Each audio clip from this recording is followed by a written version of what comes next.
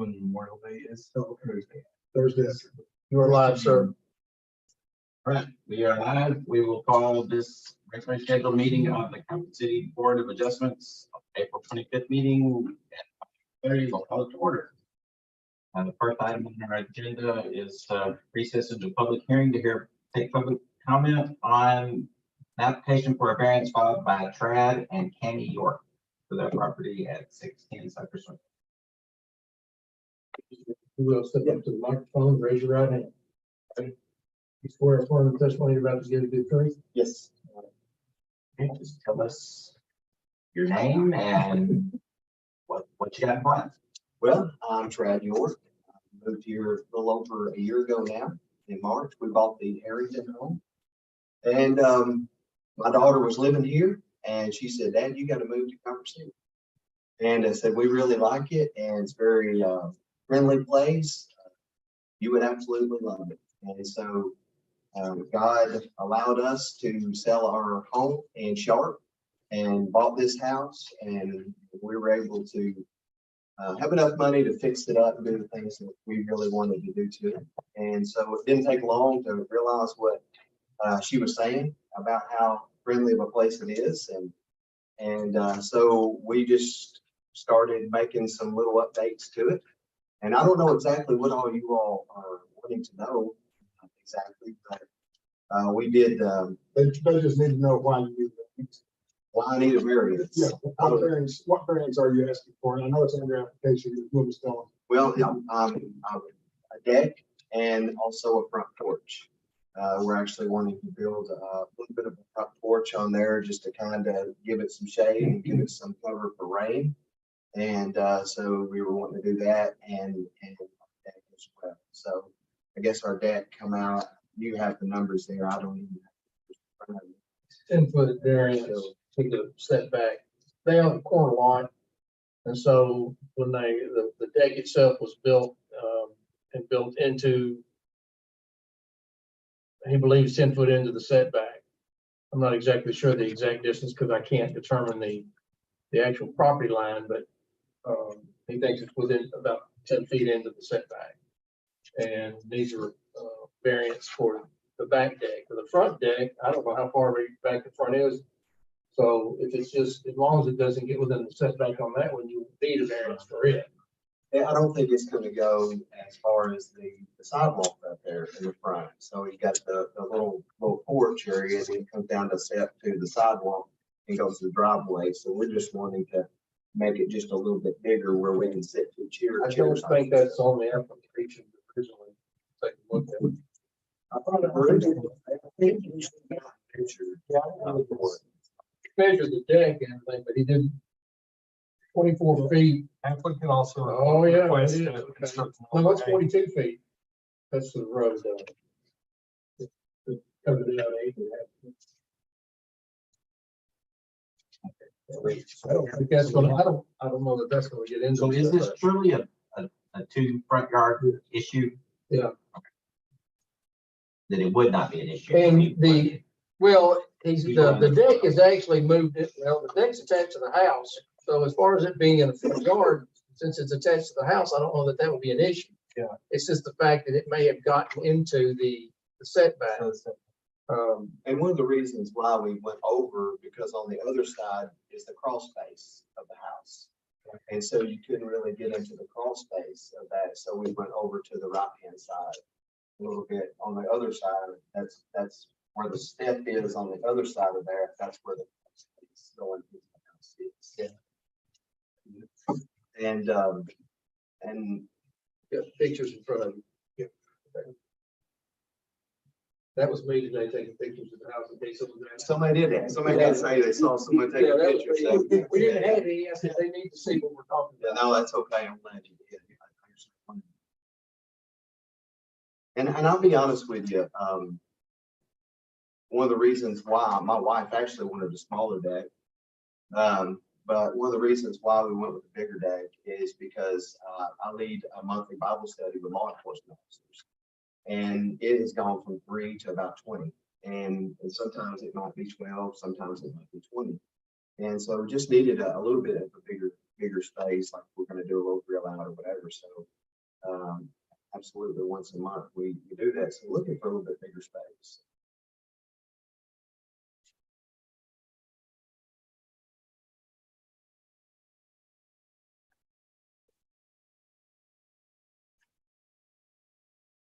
So how far into the setback?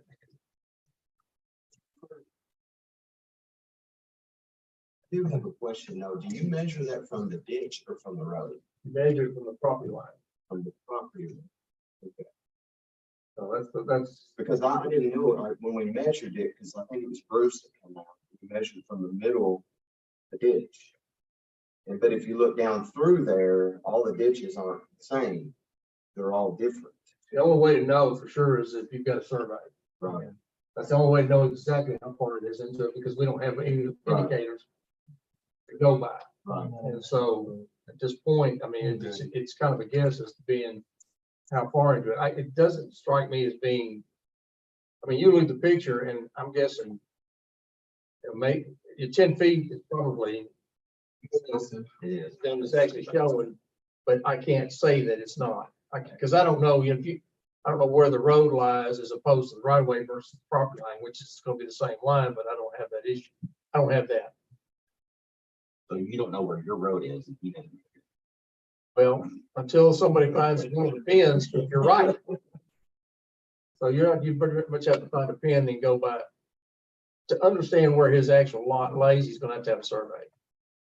Because it was a subdivision and there's probably a pin in there somewhere, but it's not gonna, may or may not be on his property. I would think there would be one there on the street side, that cedar, that thought there might be one there, but I don't know if he ever looked for one or not. But no one in this room.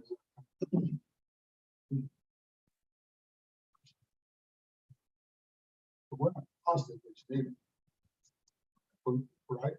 That's correct. I can't say that, I can't swear that it does or doesn't, but he's trying to be on the safe side because it did go out and it's possible that it got into the setback. We don't know that for a fact.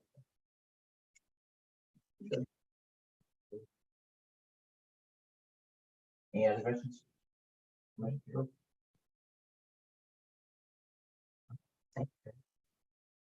Right, and considering he's the only one out there, I assume there's no other public to speak to this. So there are that public hearing adjourned and reconvened into our regular schedule. First item on the agenda, one for back is to approve the minutes.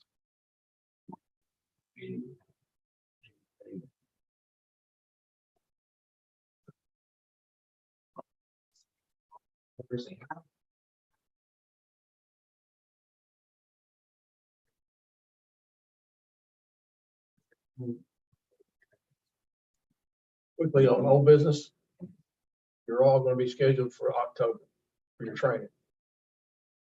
Okay. And I want to set October the 18th, right? That'll be in Princeton. So we're going to schedule everybody for that. I mean, some of you know it, some of you didn't. So, but that's the only option we got unless you want to go to Ashland or something like that. I don't think that's October 18th. It's a one-day session in Princeton. So that's actually the closest one that they had. They didn't have one in Paducah this year. Okay. That's all I had as far as old business stuff.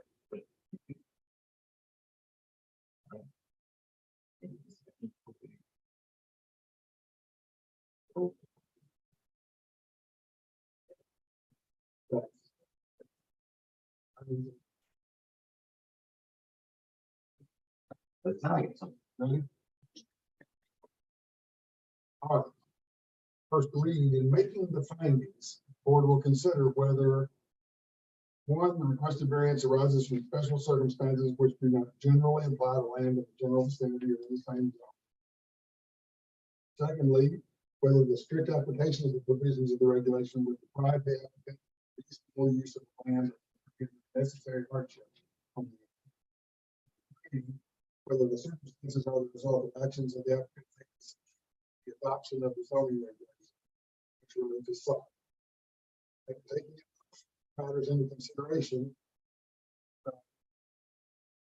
Also, and we'll discuss this momentarily, the board shall deny any request for variance arising from results, excuse me, that are the result of willful violation of the zoning regulation.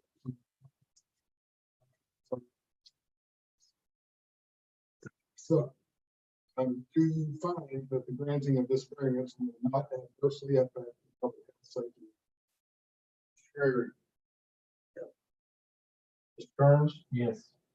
Mr. Sales? Yes. Miller? Yes. Find that the granting of the variance will not alter the essential character of the general vicinity. Mr. Kearns? Yes. Mr. Sales? Yes. Mr. Trailer? Yes. Mr. Gregory? Find that the granting of the variance will not cause a hazard or nuisance to the public. Mr. Sales? Yes. Mr. Trailer? Yes. Mr. Gregory? Yes. Mr. Kearns? Yes. And do you find that the granting of the variance will not allow an unreasonable circumvention of the requirements of the zoning regulations? Mr. Trailer? Yes. Mr. Gregory? Yes. Mr. Kearns? Yes. Mr. Sales? Yes. All answers in the affirmative. Instruction on that provision that instructs you to deny any request for a variance arising from circumstances that are the result of willful violations of the zoning regulations. This particular case, it appears to me that there's no evidence with regard to where the lines are. No evidence has been presented with regard to where the lines are. There's some surprise, but there's no evidence. So I think probably you guys can grant a variance for whatever exists if needed. But at this point, we don't. Steve, you were there the other night when we explained this. This issue with regard to willful violation is a difficult issue, an extremely difficult issue, particularly in a small village like Calvert City, because one group of law, case law, attorney general's opinions, and so forth, would say that willful does not mean intentional; it means knowingly, and that's been construed in various other contexts, not in the context of zoning, but in other contexts. It's been construed such that the question would be, did you intentionally build a deck? Well, obviously, you intentionally built a deck. The problem is, if you intentionally built a deck, but you did not knowingly violate setbacks. Now, if this statute is construed as I just explained, you're left with, anytime there is an action that violates a setback, you've got no choice. So you're none. There is no case directly on point giving us precedent on the construction of that provision, willful violation, in this context. In the past, this board has construed the words willful violation to refer specifically to violation, not the activity that caused the violation, but the violation itself, such that this board has construed that provision as asking or as referring to knowingly violated the setback. That's the way you guys and the board's previous past 33 years, that's all I know about, has been construing the statute. We don't have any unavoidable precedent to the contrary. I had contacted prosecutors and city attorneys with regard to this particular statute and this particular issue. The prosecutors take the attitude that in prosecuting a violation, all kinds of violations, the prosecutorial process makes decisions all along, beginning with the officer that saw you run the stop sign, all the way through the judge, as to whether or not to proceed with the prosecution. And many times the officer sees somebody run a stop sign, but does not choose to issue a citation for whatever reason. Those decision points are built into the system. In the past, this group has determined that willful violation is a reference to violation. And has determined, no, we're not. The law is not clear and it's a ridiculous. Now, the Court of Appeals for Supreme Court might change. If they were to construe that statute. The other statute, same thing as those words are construed in the context of other statutes, they might make you. But in my opinion, right now, got some leeway. And the other city attorneys that about situations that unless somebody's complaining.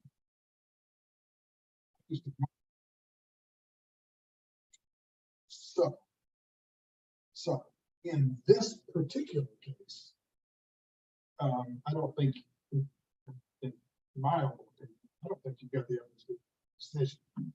I don't think any evidence has been presented, whether it was knowingly or unknowingly, whether the action was knowingly or unknowingly taken. I think obviously he didn't actually build it down. But as to whether or not what was known and what was not known, well, we kind of know right now, nothing is known. We don't know where the line is. So, in my opinion, this provision of the statute does not constrain you from granting a variance if you wish to do so. But you guys are the board. Feel free to have anything given in mind. Yeah, let me interject something. The edge of the deck, 22 feet from the center of that ditch, okay? Again, the center of that ditch, we're not sure. Again, so close, it's hard to tell. You're talking about 3 feet. But that 3 feet gets you still within just a foot or two of the road at that point. Are you reaffirming we don't know? I think I just did. For himself.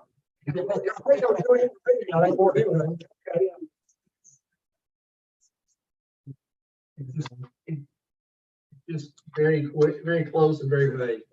Well, this issue is going to come up. It is. It's like we've got another one sitting before us, so it's not dealing with it tonight. But things happen. People accidentally violate setbacks. They just do because they're not aware of what the setback is. They're not even told there is a setback. Or maybe their neighbor has already, violated the setback way back when. And it's normal to them, yeah. And there it is. So they just do it because that's what all neighbors do. Yeah. So from time to time, we're going to have to address that issue. That is what the statute says. But in the past, what I explained is the way we've construed it. And as far as I'm concerned, there's no irrevocable directive from a court that keep you from continuing with all the same course that you followed. So unless somebody wants, so you can now entertain a motion to grant or deny the variance. I'll make a motion.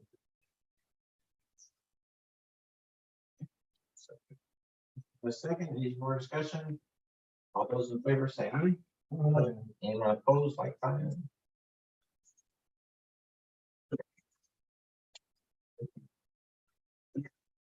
Thank you for coming to Harvard City. Yeah. We love it. Thank you. You too. Any other business? Motion to adjourn. To adjourn the meeting.